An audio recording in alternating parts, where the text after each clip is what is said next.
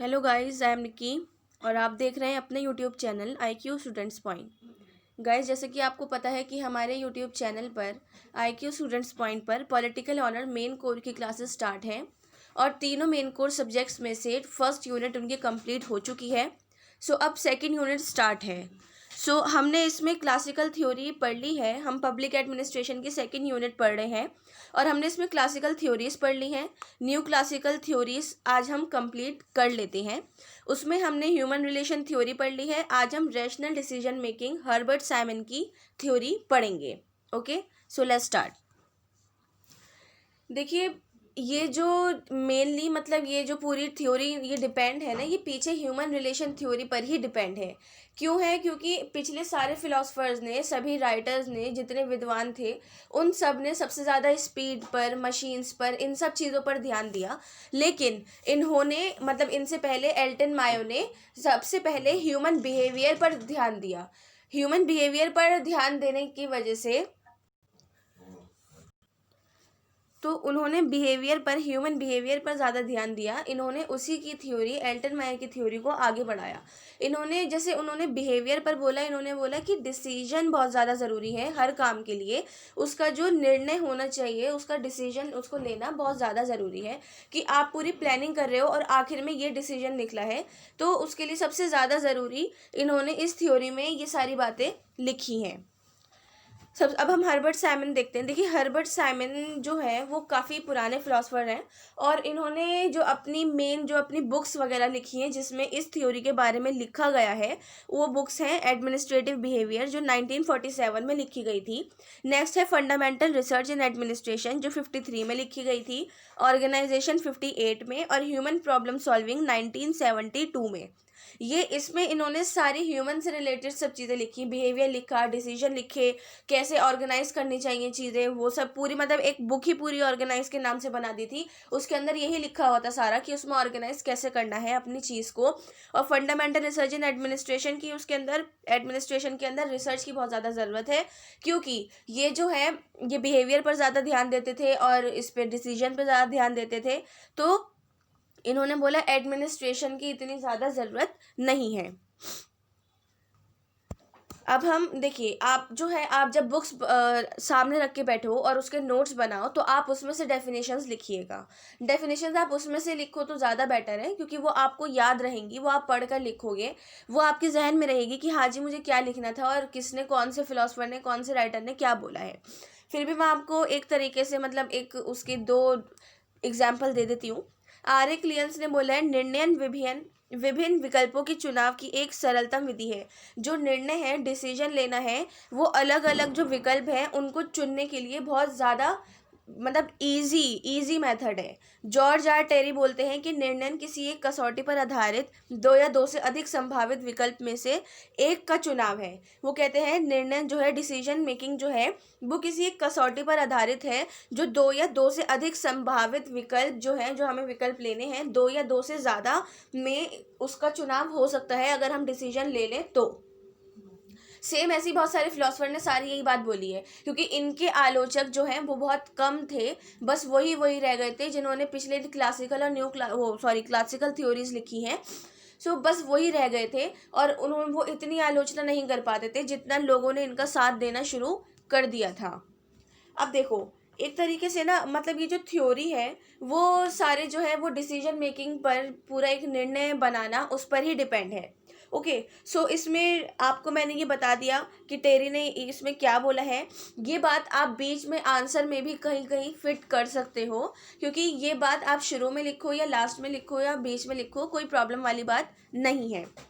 तो उसके बाद निर्णय प्रक्रिया को जो प्रशासनिक संगठन है उसका केंद्र बिंदु मानने वाले लेखक वे मानते हैं कि जो सभी संगठन है उसमें डिसीजन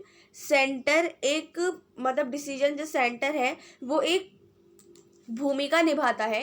एक तरीके से वो सारे काम करता है। डिसीजन ले लिए तो जाहिर है वो सारे काम करेगा ही करेगा, तो वो एक भूमिका निभाता है और संगठन के सभी अंग प्रत्येक इसकी अनुपालन मात्र करते हैं, मतलब इसका अनुपालन करते हैं, ये नहीं है कि कोई डाल दे या कुछ भी कर दे।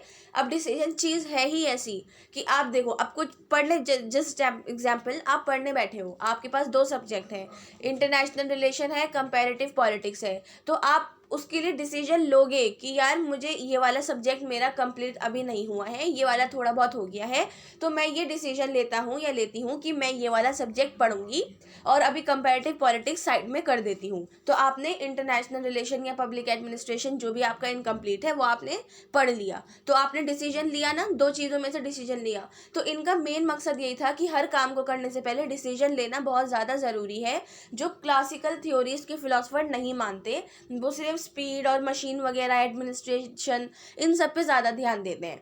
लेकिन जब से ये न्यू क्लासिकल थ्योरीज में एल्टन मायो और ये हर्बर्ट साइमन ने अपने तर्क दिए हैं, तो उसके बाद से ये थ्योरी काफ़ी फेमस हुई है, आगे बढ़ी है और काफ़ी फिलोसफर ने इसको माना भी है। सो आज निर्णय का महत्व और भी ज़्यादा बढ़ गया है, क्योंकि प्रशासकों की जो क्षमता है और सफलता है उसका माप उनके द्वारा लिए गए निर्णयों पर ही किया जाता है। अब आप देखो, आजकल बड़े बड़े जो साइंटिस्ट हैं, जो चीज़ों की खोज करते हैं, अगर वो किसी चीज़ का डिसीजन नहीं लेंगे तो उनकी जो पूरी थ्योरी है जिस पर उन्होंने खोज करी है वो फाइनल नहीं होगी। तो उनके जो डिसीजन है उस पर ही सब लोग रुके हुए होते हैं कि इस साइंटिस्ट ने कितना अच्छा डिसीजन दिया, इस साइंटिस्ट ने कितना अच्छा डिसीजन दिया। लेकिन पहले के लोग ये नहीं मानते थे। तो अब का जो दौर है, अब के टाइम में ये हर्बर्ट साइमन की थ्योरी बहुत ज़्यादा चल रही है, इसलिए मैंने आपको बोला कि इसके आलोचक बहुत ज़्यादा कम है। सो इसके आलोचक कम है तो ये थ्योरी आगे से आगे बढ़े जा रही है, ज़्यादा से ज़्यादा ये आगे जाए जा रही है। उसके बाद जो प्रशासन में निर्णय निश्चित प्रक्रिया के परिणाम होते हैं, वो निर्णय करने की प्रक्रिया की 3 विशेषताएं होती हैं। जो मतलब प्रशासन है उसमें जो निर्णय के जो परिणाम निकलते हैं, रिजल्ट निकलते हैं, वो 3 प्रोसेस से होकर गुजरते हैं। पहला कि कोई भी निर्णय लक्ष्य मतलब लक्ष्य होता है, किसी भी निर्णय का गोल होता है और निर्णय किसी प्रयोजन या लक्ष्य को पूरा करने के लिए किए जाते हैं। सबसे पहला प्रोसेस ये होता है कि किसी गोल को पाने के लिए डिसीजन लिया जाता है। दूसरा ये कि निर्णयों की एक क्रमिक श्रृंखला होती है, कोई भी निर्णय अकेला नहीं होता, वह अपने पहले के और बाद के निर्णयों से किसी न किसी रूप में जुड़ा हुआ होता है। जैसे किसी एक चीज़ के लिए, अब आपने, जैसे मैंने अभी आपको एग्जांपल दिया कि आपकी कंपैरेटिव पॉलिटिक्स रेडी है बिल्कुल, और आप ये कह रहे हो कि इंटरनेशनल रिलेशन और ये पब्लिक एडमिनिस्ट्रेशन की जो तैयारी है मेरी अधूरी है, तो आपका ये कंपैरेटिव पॉलिटिक्स जो आप पढ़ने जा रहे हो ना अभी, जैसे आप इंटरनेशनल रिलेशन पढ़ना चाहते हो, उसका आपने डिसीजन लिया है, तो वो आपने इसलिए लिया है क्योंकि कंपैरेटिव पॉलिटिक्स आपके 3 सब्जेक्ट्स में से एक सब्जेक्ट कंप्लीट है, इसलिए आपने पिछले डिसीजन से जोड़कर ये डिसीजन लिया है। ठीक है, ये है इसका सबसे बेस्ट एग्जाम्पल।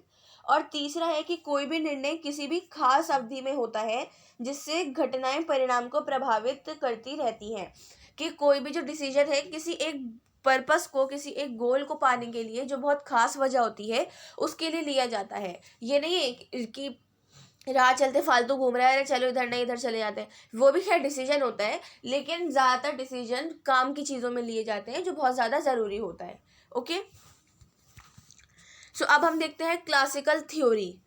देखो, क्लासिकल थ्योरी, साइमन ने क्लासिकल थ्योरी में क्या विचार दिए। उन्होंने ये बोला है कि क्लासिकल थ्योरी बिल्कुल एक कहावत है, वो किसी काम की नहीं है, लोगों की बर्बादी, एक तरीके से बर्बादी समझ लो, जो अंतर्विरोध और वास्तविक परिस्थितियों के विरुद्ध है, बिल्कुल उलट है, जो रियलिटी में चल रहा है ना उसके बिल्कुल उलट है। तुम यार क्या तुम ख्यालों में चला रहे हो, मतलब ये हद होती है कि आप ये सोच रहे हो कि मशीन और टाइम पर ध्यान दिया जाए, एडमिनिस्ट्रेशन पर ध्यान दिया जाए तो इंसान काम कर लेगा। ऐसा नहीं है, आप उन चीज़ों पर ध्यान देने के साथ साथ उनके बिहेवियर पर, और उनका जो मतलब उनका सबसे पहले तो बिहेवियर है कि बिहेवियर पर ध्यान दो, तभी कोई डिसीजन लिया जाएगा। तुम सामने वाले का बिहेवियर देखो, तब उस पर डिसीजन लो कि ये काम कर सकता है, ये काम नहीं कर सकता। तो उन्होंने ये भी बोला है इसमें कि ये साइमन मतलब इस बारे में ये बिल्कुल सेम यही बात बोलते हैं कि क्लासिकल थ्योरी मेरी समझ से बिल्कुल बाहर है, वो बिल्कुल मतलब किसी चीज़ में लायक नहीं है कि उसको कहीं लगाया जाए या कहीं छोड़ा जाए। जो सबसे मेन थ्योरी है वो है एल्टन मायो की ह्यूमन बिहेवियर, और इनकी जो है वो रैशनल मेकिंग डिसीजन, कि डिसीजन लो, पहले बिहेवियर देखो फिर डिसीजन लो। ठीक है, सो बिहेवियर अप्रोच के बारे में इन्होंने क्या बोला है। देखो एल्टन बायो की बिहेवियर अप्रोच से ही ये प्रभावित होकर इन्होंने ये थ्योरी लिखी थी। क्यों लिखी थी? कि इंसान का बिहेवियर देखने के बाद डिसीजन लेना ज़रूरी है। ये नहीं कि वो बीमार है तो कोई डिसीजन नहीं लिया, उसको जान से मार दिया या काम से निकाल दिया। डिसीजन लो कि वो काम कर सकता है या नहीं कर सकता, या ज़्यादा बीमार है तो घर भेज दो, या कम बीमार है तो हल्का काम दे दो। ऐसे डिसीजन लेने पड़ते हैं। तो साइमन के अनुसार ये जो अप्रोच है अनुभाविक होना चाहिए, और ये मानव व्यवहार पर बल देता है कि मतलब ये मानव का जो बिहेवियर है उस पर सबसे ज़्यादा जोर डालता है कि इंसान का बिहेवियर जैसे होगा वो उसी तरीके से काम कर पाएगा, वरना वो काम करने लायक रहेगा ही नहीं। तो साइमन ने इस अध्ययन के उपागम को अनुभाविक बोला है। और जैसे इन्होंने मतलब एक तरीके से एक एग्जाम्पल भी दिया था कि जो व्यवहारवादी अध्ययन है वो मानव व्यवहार पर बल देता है। तो सेकेंड वर्ल्ड वॉर के बाद लोक प्रशासन के परंपरागत दृष्टिकोण को अपर्याप्त माना गया था, कि वो पर्याप्त है ही नहीं। लोक प्रशासन का जो ट्रेडिशनल पर्सपेक्टिव है, जो वो क्लासिकल टाइम के हैं, उनको बिल्कुल अपर्याप्त माना गया, कि वो पर्याप्त है ही नहीं, बिल्कुल बेकार है, उनका कोई वैल्यू ही नहीं है, कुछ हो ही नहीं सकता। अब रैशनल डिसीजन मेकिंग, देखो अभी तक आपको पीछे पता लग गया होगा कि रैशनल डिसीजन मेकिंग है क्या। असल में तर्कसंगत निर्णय, जिस पर ये थ्योरी बेस है। इनमें देखो सबसे आपको ये पता लग गया ये डिसीजन पर बेस है। और इसमें ये बोलना क्या चाहते हैं, समझाना क्या चाहते हैं, ये कहते हैं कि डिसीजन लो, हर चीज़ का डिसीजन लो। इनफैक्ट आप छोटे से छोटा काम करो तो उसका भी डिसीजन लो, ताकि वो इन फ्यूचर आपको भारी ना पड़े, या फिर इन फ्यूचर भी नहीं तो उसी वक्त वो आपको भारी ना पड़े, कुछ उसमें गलत ना हो, या जो भी आप सोचो समझो उसको सोच समझ कर करो। तो इन्होंने निर्णय निर्माण के 4 चरण बताए हैं: आसूचना गतिविधि, इंटेलिजेंस एक्टिविटी, डिजाइन गतिविधि, डिजाइन एक्टिविटी, और चेन गतिविधि, चॉइस एक्टिविटी। देखिए मैं आपको इसको डिस्क्राइब कर देती हूँ। आसूचना गतिविधि में इन्होंने क्या बताया है, इंटेलिजेंस एक्टिविटी में, कि हर चीज़ को सोच समझ कर लो। ये नहीं कि तुमने फालतू में उसको ले लिया। अब आपने पॉलिटिकल ऑनर्स के स्टूडेंट हो, कुछ सोच समझ कर तो लिया होगा, इन फ्यूचर आपको यूपीएससी, लॉ, या फिर कुछ भी पॉलिटिकल साइंटिस्ट, फिलोसफर, लेक्चरर कुछ तो बनना ही होगा, तभी आपने ये लिया। और या फिर कोई कम्पिटिटिव एग्जाम करना होगा, एसएससी होगा, यूपीएससी है, आईपीएस, आईएएस है, ठीक है ना। कुछ आपने फ्यूचर का सोच कर इसको लिया, ये नहीं कि जाए और यूं ही एडमिशन करवा कर आ गए, कुछ सोच कर लिया होगा। तो एक आपकी जो इंटेलिजेंस जो एक्टिविटीज़ है वो सबसे ज़्यादा इंपॉर्टेंस देती है यहाँ पर, कि हर चीज़ को सोच समझ कर लो, सोच समझ कर करो। ये नहीं कि फालतू में तुमने यूं ही फेल दिया सब कुछ, कि हाँ जी चलो ठीक है, जब जाहिर है आप पढ़ ही नहीं पाओगे तो फेल ही होगे और कुछ नहीं होगा। तो आपने अपनी इंटेलिजेंस, अपनी मन बुद्धि और आपका जो दिमाग है उस हिसाब से लिया है कि हाँ जी मैं ये कवर कर सकता हूँ या कर सकती हूँ। तो उसके बाद सेकंड है कि डिज़ाइन एक्टिविटी, कि उस चीज़ को आप डिज़ाइन करो। जस्ट लाइक मैं आपको एग्जांपल देती हूँ कि आपका कोर्स आ गया, आपने सेकेंड सेमेस्टर में एडमिशन लिया, सॉरी थर्ड सेमेस्टर में, सेकेंड ईयर में, और आपकी जो तीनों बुक्स हैं, इंटरनेशनल रिलेशन, पब्लिक एडमिनिस्ट्रेशन और कंपैरेटिव पॉलिटिक्स। अब आप उसको उसके सिलेबस देखोगे, उसके अकॉर्डिंग उसको बांटोगे, उसको डिज़ाइन करोगे कि हाँ जी इसको मैं बाद में पढ़ूंगी, ये कम है, इसको मैं बाद में पढ़ूंगा, ये कम है, ये ज़्यादा है, ये यूँ है। उस हिसाब से आप उसको डिज़ाइन करोगे कि हाँ इसमें ये बताया है, इसमें ये बताया है, मैं ये जल्दी कर सकता हूँ या कर सकती हूँ, या ये देर में कर सकता हूँ या कर सकती हूँ, ठीक है। और लास्ट में आता है फिर चॉइस, कि अब करो चॉइस उसमें, कि हाँ जी अब मैं ये लूँगी, ये लूँगा, अब ये पढ़ने बैठूंगी, कि अब मुझे यही पढ़ना है, मैं यही कर सकती हूँ। उसके बाद बाकी सब्जेक्ट में किसी की हेल्प से कर लूँगी, या फिर कोई टीचर मुझे स्टडी करा देगा, या मैं कहीं और से पढ़ लूँगी। तो पहले जिसमें आपका ज़्यादा इंटरेस्ट होगा आप वही करोगे, और लोगे भी वही जिसमें आपका इंटरेस्ट होगा। तो इन्होंने इसके 3 स्टेज ये बताए हैं, और इसके अंदर ये इन्होंने ये वाली बात बोली है जो मैंने आपको अभी एक्सप्लेन करी है। ओके, सो आज का हमारा टॉपिक यहीं ख़त्म होता है। और कल से नेक्स्ट क्लास जब हमारी 19 नवंबर को होगी, थर्सडे को, उसमें हम कंटेम्प्रेरी थ्योरी स्टार्ट करेंगे। हमारी जो है ये क्लासिकल और न्यू क्लासिकल थ्योरीज कंप्लीट हो गई हैं। मैंने पार्ट 1 इसलिए लिखा है यहाँ पर क्योंकि हम कंटेम्प्रेरी थ्योरी का जो पार्ट 1 है उसमें पहली थ्योरी है वो पढ़ेंगे, उसके बाद हम बाकी की थ्योरी कंप्लीट करेंगे। ओके, सो आपको इसमें कुछ भी समझ में नहीं आया हो या कोई भी डाउट हो, क्वेश्चन हो, तो आप मुझसे कमेंट बॉक्स या टेलीग्राम चैनल पे पूछ सकते हैं। आप इसके नोट्स कंप्लीट कर लो। क्लासिकल थ्योरी और न्यू क्लासिकल थ्योरी हमारी कंप्लीट हो गई है बिल्कुल। अब हम नेक्स्ट क्लास से कंटेम्प्रेरी थ्योरी जब स्टार्ट करेंगे तो उसके नोट्स भी साथ बनाइएगा। ओके, सो आई होप आपको ये सब कुछ समझ में आ गया होगा। So thanks for the watching and best of luck all.